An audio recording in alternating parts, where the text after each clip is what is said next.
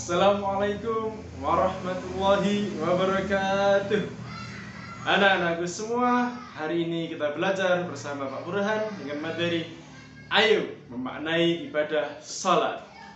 Sebelum kita belajar, Pak Burhan mengingatkan sekali lagi, ayo kita melaksanakan protokol kesehatan dengan ketat supaya kita dan keluarga kita dan teman-teman kita tetap dalam lindungan Allah dan diberikan kesehatan. Amin. Allahumma amin. Ya. Kalau kita lihat-lihat di zaman sekarang ini banyak orang yang berkelahi atau saling berbeda pendapat.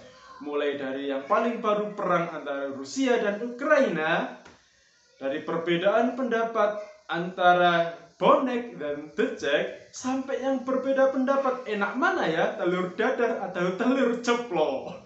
Sangat sederhana sekali, padahal hal-hal itu tidak perlu diributkan anak-anak. Ya, kenapa sih mereka ribut?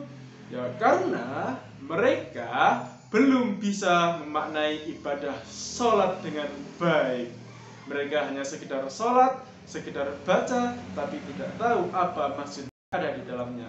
Mulai pada pembelajaran hari ini kita akan belajar untuk apa sih sholat kita sebenarnya. Apakah hanya bergerak ataukah hanya membaca? Tidak, ada makna yang bisa kita pelajari.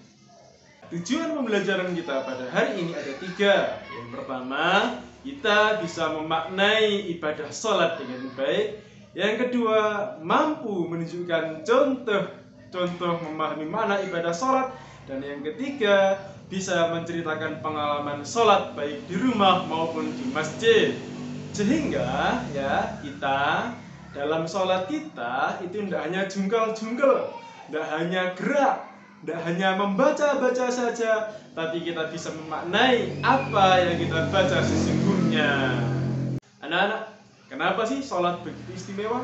Karena Allah Subhanahu wa Ta'ala berfirman dalam Al-Quran, ya ayyuhalladzina amanu ista'inu bis-sabri was-shalah.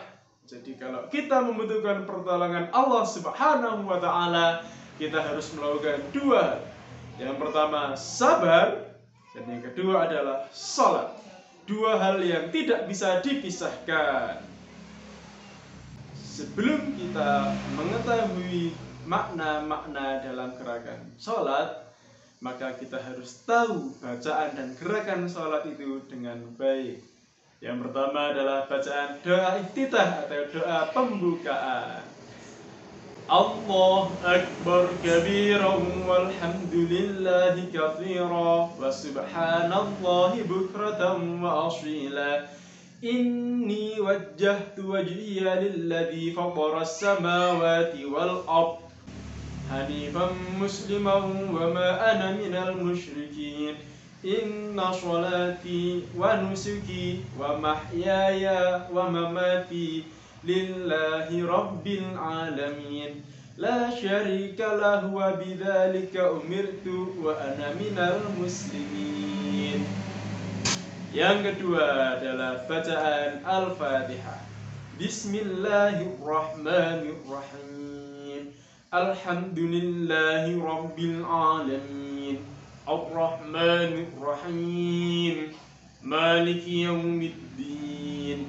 Iyyaka na'budu wa iyyaka nasta'in. Ihdinas siratal mustaqim. Siratal ladzina an'amta 'alaihim ghairil maghdubi 'alaihim waladdallin. Amin. Ketika ruku, ingat ya, posisi punggung harus sejajar. Tidak boleh lebih tinggi, tidak boleh lebih rendah, harus sejajar ya, ingat, sejajar. Baru kita baca doanya. Subhana rabbiyal azimi wa bihamdi. Subhana rabbiyal azimi wa bihamdi. Subhana rabbiyal azimi wa bihamdi. Lalu i'tidal, berdiri kembali. Sami Allahu liman hamidah. Rabbana lakal hamdu mil'us samawati wa mil'ul ardi wa mil'u ma syi'ta min syai'in ba'du. Lalu sujud. Ketika sujud, semua anggota badan yang 7 harus nempel. Kening, kedua telapak tangan, kedua lutut, dan kedua telapak kaki harus nempel sempurna di tanah. Baru kita baca doanya. Subhana rabbiyal a'la wa bihamdi. Subhana rabbiyal a'la wa bihamdi. Subhana rabbiyal a'la wa bihamdi. Lalu duduk di antara dua sujud. Biasanya gerakan duduk ini sama dengan gerakan waktu kita duduk tahiyat awal jika sholatnya lebih dari 2 rakaat. Ya, duduk seperti ini ya. Lalu kita baca doanya, Rabbi ghfirli warhamni wajburni warfa'ni warzuqni wahdini wa'afini wa'fu anni. Lalu tahiyat akhir. At-tahiyyatul mubarakatus sholawatu thayyibatu lillah. Assalamu alayka ayyuhan nabiyyu wa rahmatullahi wa barakatuh. Assalamu alayna wa ala ibadillahi sholihin. Ashhadu an la ilaha illallah wa ashhadu anna Muhammadar Rasulullah. Allahumma sholli ala sayyidina Muhammad wa ala ali sayyidina Muhammad kama shallaita ala sayyidina Ibrahim wa ala ali sayyidina Ibrahim wa barik ala sayyidina Muhammad kama barakta ala sayyidina Ibrahim fil alamin innaka Hamidum Majid. Setelah itu mengucapkan salam sambil menoleh ke kanan dan menoleh ke kiri sambil mengucapkan Assalamualaikum warahmatullah. Assalamualaikum warahmatullah. Anak-anak, setelah kita memahami gerakan-gerakan dan bacaan-bacaan sholat, kita harus belajar kenapa kok kita disuruh sholat sama Allah. Terlebih lebih afdal jika kita sholat berjamaah di masjid atau musola. Yang pertama, ketika kita sholat berjamaah, kita dilatih untuk kompak dalam kelompok. Ketika ketua bilang A, kita harus ikut A. Ketua berdiri, kita ikut berdiri.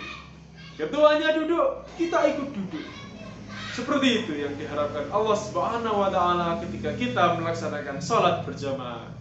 Jadi ketika imam sujud, jangan lari ya, jangan lompat ya, tidak boleh. Makna yang kedua ketika kita melaksanakan sholat berjamaah, yaitu ketika kita mengucapkan salam kepada teman kita di sebelah kanan dan sebelah kiri, kita mengucapkan Assalamualaikum warahmatullah. Assalamualaikum warahmatullah. Kita harus terbiasa mendoakan orang lain, apalagi orang-orang terdekat kita. Jangan sampai orang terdekat kita malah menganggap bahwa kita akan membahayakan mereka. Jadi kita buat, ternyata bersama anak yang rajin sholat itu jiwa kita aman, menyenangkan, dan sebagainya. Makna yang ketiga ketika kita melaksanakan sholat berjamaah dan tepat waktu adalah kita selalu siap ketika Allah memanggil. Dan kita akan selalu ingat dengan janji-janji kita kepada teman-teman kita. Ingat, ketika Allah pertama kali berbicara kepada kita dalam kandungan ibu tercinta, Allah berkata, Alastu birabbikum bala syahidan. Hai manusia, apakah engkau menerima bahwa aku sebagai Tuhanmu? Kami menerima Tuhan. Itulah jawaban kita. Jadi ketika Allah memanggil, hayya 'alas shalah, hayya 'alas shalah, kita siap untuk datang mendatangi panggilan Allah Subhanahu wa Ta'ala. Nah, manfaat salat yang paling penting adalah agar kita bisa hidup berdampingan dengan damai dengan semua orang. Ya, walaupun kita beda pikiran, beda pendapat, beda perasaan, beda fisik, kita tidak saling menyalahkan. Baik kita bonek, baik kita rejek, walaupun kita suku Jawa, suku Madura, suku Dayak, kita tidak saling menyalahkan. Kita bisa hidup bersama, berdampingan dengan semboyan Bhinneka Tunggal Ika.